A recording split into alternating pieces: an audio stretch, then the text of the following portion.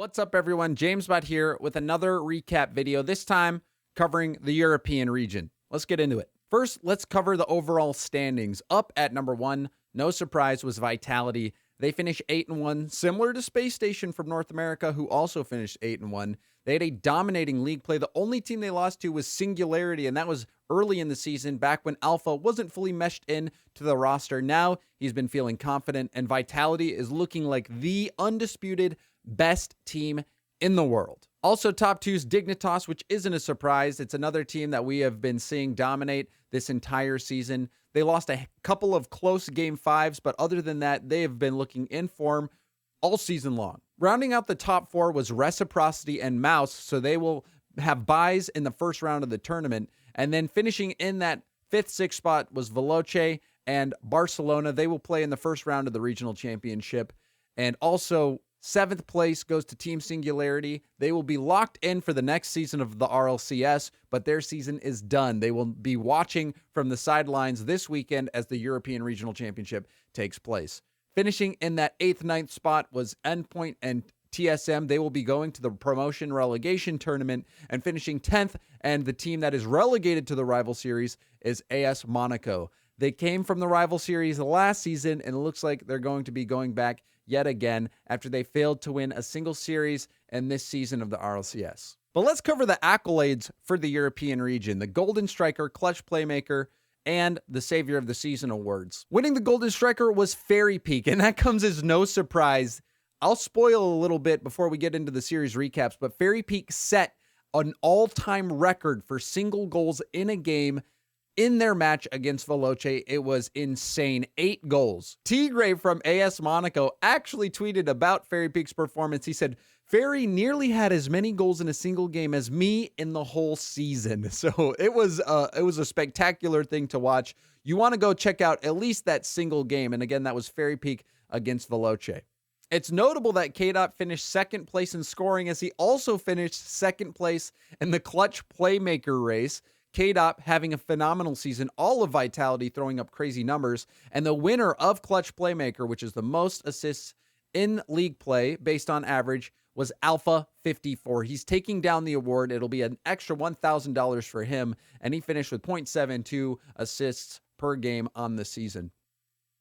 Moving on to Savior of the Season, we have Scrubkilla, who actually wins this award, even though he's no longer on Mouse. And if you're not sure what I'm talking about, or this comes as a shock to you, feel free to check out my previous video where I cover the breaking news of Scrubkilla leaving Mousesports. It happened just last week, and that's what made this week so interesting for Mouse, as we'll cover that more later. They had 2 series that they had to play with their sub Arju. But Scrubkilla will take down this award. He will get that extra $1,000, and I'm sure he's happy about that. As for regular season MVP, that has not yet been decided, and I will be hopefully making a video about who I think is MVP and why, so hopefully you'll be able to check that out. Also quickly, let's cover the playoff bracket going into this weekend. This is the European Regional Championship. This is the culmination of the season for these players, again, because the World Championship that was scheduled to take place in April in Dallas has been canceled due to the coronavirus pandemic, so the European Regional Championship is the pinnacle. In the first round, in the lower bracket, we'll have Veloce versus Barca. They have to play in the lower bracket because they finished in that 5th, 6th spot.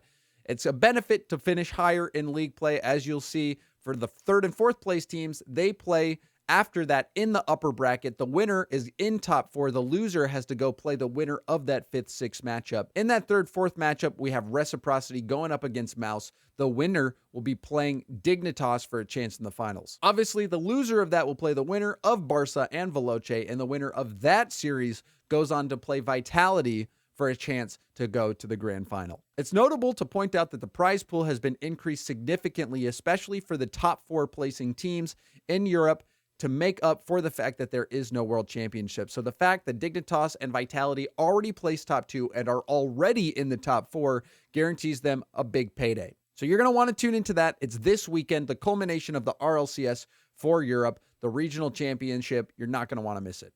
But let's talk about some of the series that went down. This was a crazy week in Europe because we had Arju coming in as a substitute for Mouse, and 5 out of the 6 series went the distance to game 5. It was a nail biter of a day. Really fun day to watch. The only series that didn't go to Game 5 was the first match of the day. It was AS Monaco versus Singularity, and Singularity made quick work of them. I do want to give a shout out to Dolly. He had a pretty impressive shot. It was an air dribble into a ground pinch that beat out AS Monaco's defense. It was a cool play. Other than that, SNG, they get the win. They clinched the 7th place spot, which locked them in for the next season of the RLCS, but they will not be competing in the regional championships. But let's move on. Endpoint versus Mouse was a thriller. Again, this was because Arju is coming in as a substitute to play in the spot of Scrubkilla, who was released from the team earlier in the week. And this series had some highlights. In Game 3, with just 2 seconds left, Cookser hits the Cookser pinch to tie the game and send it into overtime, where substitute Arju gets the game winner. It was like watching a movie. So go back, watch this series, Mouse versus Endpoint. It was incredible. So Mouse put on a Game 5 thriller in that Endpoint series, a really fun series to witness. Moving on to the TSM Barca series, Barcelona has been struggling. They have been on the decline, and TSM was able to take advantage of a struggling Barcelona. The series went to Game 5. As I said, all of these series went to Game 5 except Monaco versus Singularity. And Magnus played incredible Rocket League. You go back and watch him play. He was all over the field, making some awesome shots and awesome plays. So congratulations to TSM. They get that win. They are not relegated automatically to the rival series, but they will be going to the promotion tournament where they'll have to defend their RLCS spot.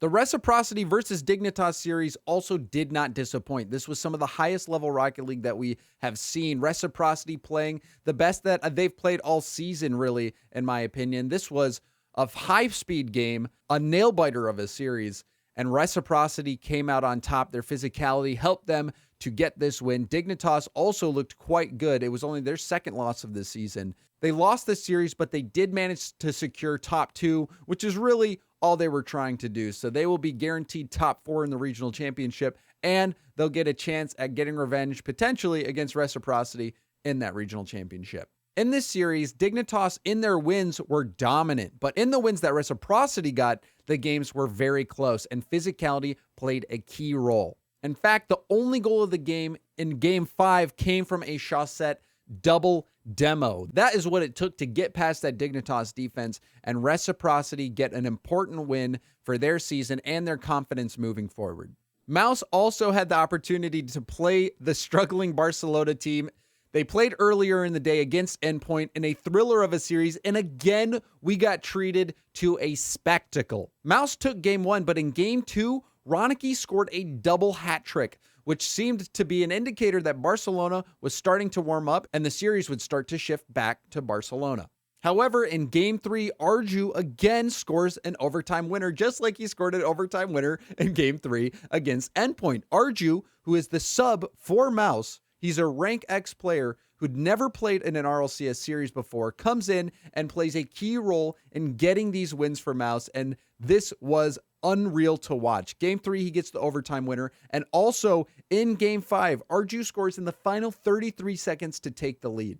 Despite Ronicky's solid scoring performance in this series, Mouse edge out Barcelona and get another win, going 2-0 on the day with substitute Arju, defying all expectations. So congratulations to Mouse. They finished top 4. Arju making a name for himself and getting to entertain the masses along the way.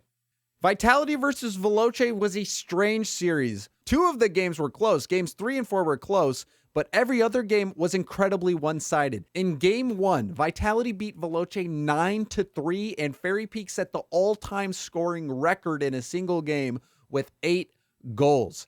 And then in the very next game, Veloce Brazil's Vitality. So this was a strange series to start off. Game 3 was just a single goal game, Vitality putting just a single goal in. And then Game 4, Veloce won in overtime. However, Game 5 was another stomp, 4-0 for Vitality, as they secured the #1 spot in Europe. To me personally, they look like the #1 team in the world right now. Unfortunately, we won't have a World Championship LAN to prove that, but hopefully sometime soon we will get to see Vitality on LAN against these other teams from around the world. Hopefully you guys like this recap video. If you'd like me to do anything differently or maybe add a few additional elements to these videos, please let me know in the comments. I love doing these videos. I love covering the Rocket League esports scene, and I'm open to feedback. Also, feel free to join my Discord. I'll put that link in the video. I do stream pretty much every day on Twitch at 10:30 p.m. Eastern time, and I do Rocket League, and I'm also dabbling in VR. So hopefully you guys can come to my stream,